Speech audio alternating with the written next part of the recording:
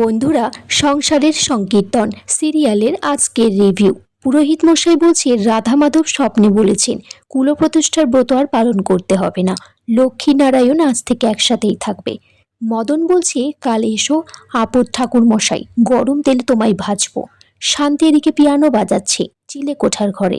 সেখানে সে ভাবছেই যে এবার যুদ্ধ শেষ, শুধুই শান্তি।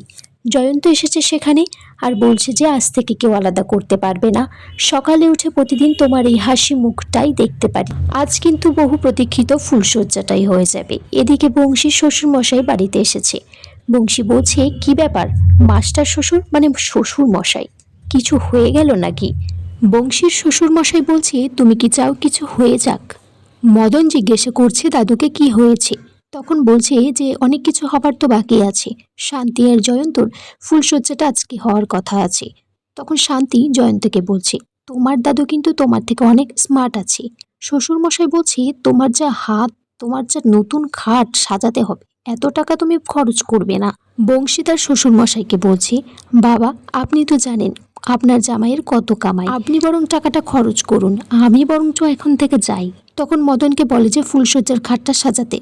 মদনকে এটা বলে দেয় যে সন্দেহ লাগছে, সত্যিটা বলে দেবো নাকি সবার কাছে যে পুরোহিতকে তুমি ফিট করেছো?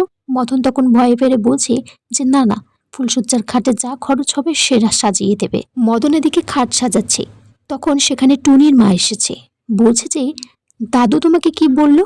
বলছে এইদিকে কান্না দিয়ে নিজের কাজ করতে। নন্দ সেখানে এসেছে, বলছে পুরনো হোক বা নতুন পাত্রী, বিয়ের আলটিমেট ফুলশয্যার রাত্রি।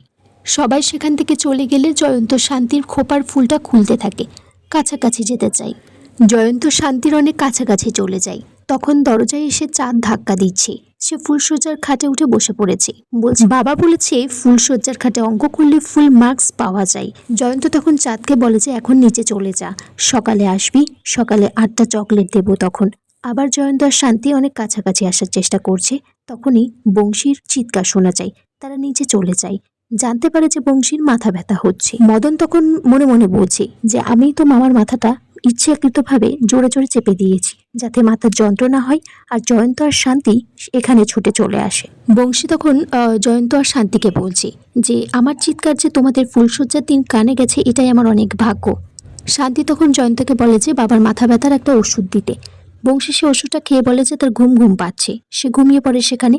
এদিকে জয়ন্ত আর শান্তি বলে যে আজকের রাতটা বাবার কাছেই থেকে যাই। পরের দিন সকালে টুনির মা ঘর ঝাড় দিই। টুনির মা বলছে এত বড় ঘর ঝাড় দেওয়ার চেয়ে ভিক্টোরিয়া ঝাড় দেওয়া অনেক ভালো। শান্তি সেখানে আসে, বলে যে টুনির মা বাথরুমের ভিতরে কে গো? টুনি মা বলছে বড় কর্তা আছে, তোমার শ্বশুর মশাই, অপেক্ষা করো। বংশী তখন বাথরুমের মধ্যে আ উ করে চিৎকার করছে। তখন শান্তি জানতে চাচ্ছে যে উনি ওইরকম কেন করছে। টুনির মা বলছে আজ তো পূর্ণিমা, কর্তা মশাইয়ের যে পায়ের ব্যথা আছে।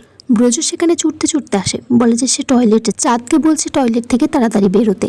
কাদম্বরী এদিকে এসে বলে যে বসার ঘরে চা রেখে দিয়েছি, সেটা গিয়ে খেয়ে নাও।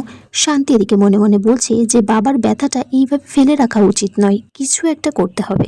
আর এখানেই আজকের পর্ব শেষ হয়ে যায়। বন্ধুরা তোমরা কমেন্টস করে জানিও কেমন লেগেছে আজকের পর্বটা।